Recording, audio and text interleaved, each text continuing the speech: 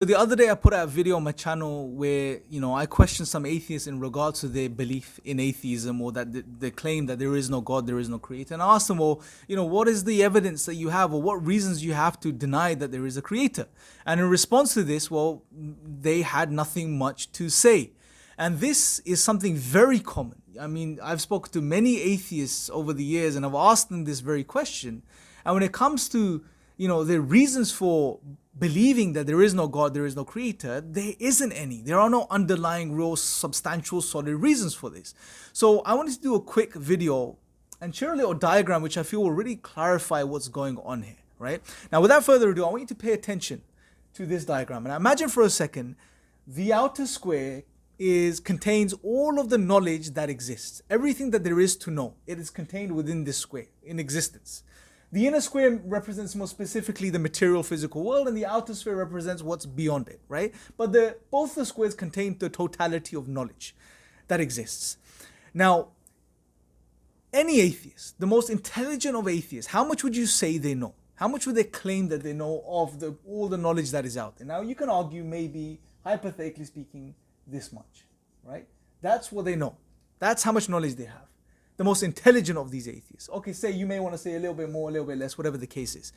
Now, if that's all they know, and there's all of this still out there to be known, then how can they make that positive claim that there is no God for a surety? How could they say this? It's very possible that they may learn something or may acquire some knowledge which leads them to the conclusion that there indeed is a creator. So at best, they are really just agnostic. There is no such thing as an atheist. Or let's be more specific, there is no such thing as a rational atheist. You can say that there are emotional atheists, but from a rational perspective, the best they can say is, well, we don't know. They can be agnostic. And here's what's really interesting. How many times have you spoken to atheists and you've asked them, well, okay, you say that there is no God, there is no creator. Have you actually looked at Revelation? Which we claim is from God. Have you actually studied it? Have you actually, forget all of the knowledge that's out there. Go to this specific knowledge which is called Revelation, in particular the Quran. Have you read the Quran? I don't know if did you get a chance to read the Quran or look into Islam before coming to this debate? Not a lot, I confess. Okay.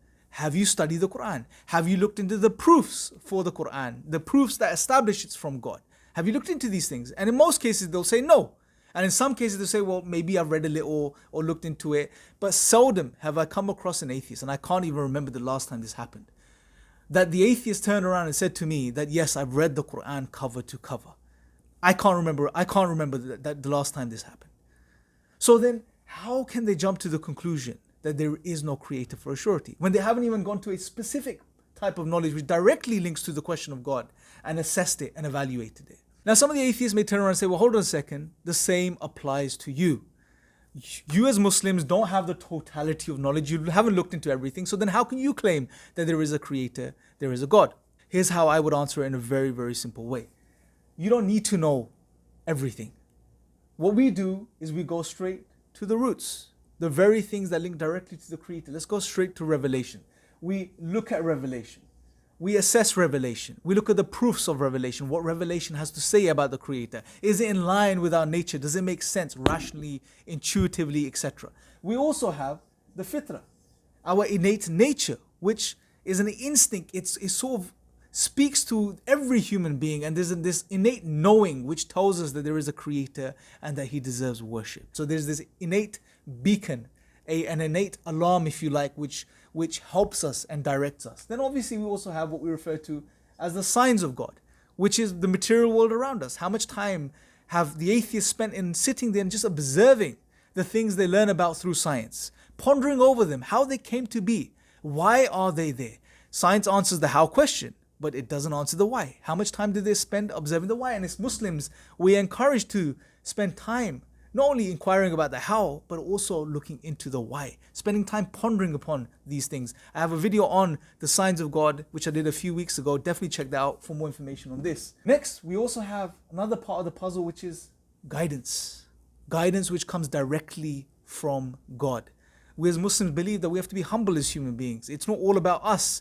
At the end of the day, although we have the fitrah, we have revelation, we have the signs of God, but at the end of the day, God guides whom He wills. So it's guidance that comes directly to the heart of man. So we don't need to know everything, but we focus on the main things we need to know. And these pieces of the puzzle come together in a very beautiful way, which lead to conviction that there is indeed a creator. So for the atheist, one of the things I'd like to say is, why not obviously you can't know about everything, no one can, right? But why not look at the things that directly link to the question of God? Why not look into the Quran, study the Quran, look at the proofs of revelation and see where that leads you. I leave you guys with this. Let me know your thoughts in the comment section below. Until next time, take care.